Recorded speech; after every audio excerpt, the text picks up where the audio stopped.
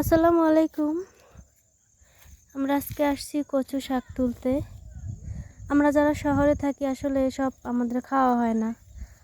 দেশে এত ভিটামিন, কিন্তু সেটাই মানুষ খায় না। আর আমরা যারা ঢাকা থেকে দেশে আসি তারা এগুলো খুঁজে খুঁজে হয়রান হই এবং এগুলো মাছ মাংসর থেকে ভালো খাই।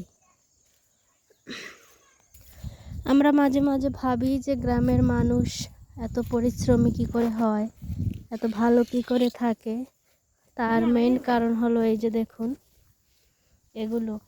আমরা শহরে বসে খেয়ে যতটা ভিটামিন না পাই, এরা গাছের শাক, তারপর কলা, মোচড়া এগুলো খেয়ে খেয়ে কিন্তু আমাদের থেকে পুষ্টিমান বেশি হয়। সেজন্যই তারা এত পরিশ্রম করতে পারে এবং তারা এত ভালো থাকে। আর আমরা যারা শহরে থাকি তারা তো ব্রয়লারের মতো, আমাদের অতটা আসলে পুষ্টিও নাই, শরীরে অত কাজও করতে পারি না।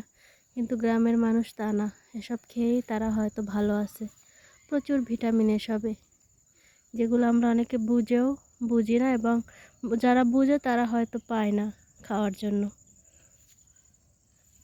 আজকে আমরা এই যে পুষ্টিকর খাবারটাই নিতে এসেছি। এটা বিশেষ করে শুধু খাবার না, এটা কিন্তু আমাদের ব্লাডের খুব ভালো যোগান দেয়, কচু শাক। সেজন্য আজকে আমরা এটাই নিতে আসছি। সবাই ভালো থাকবেন।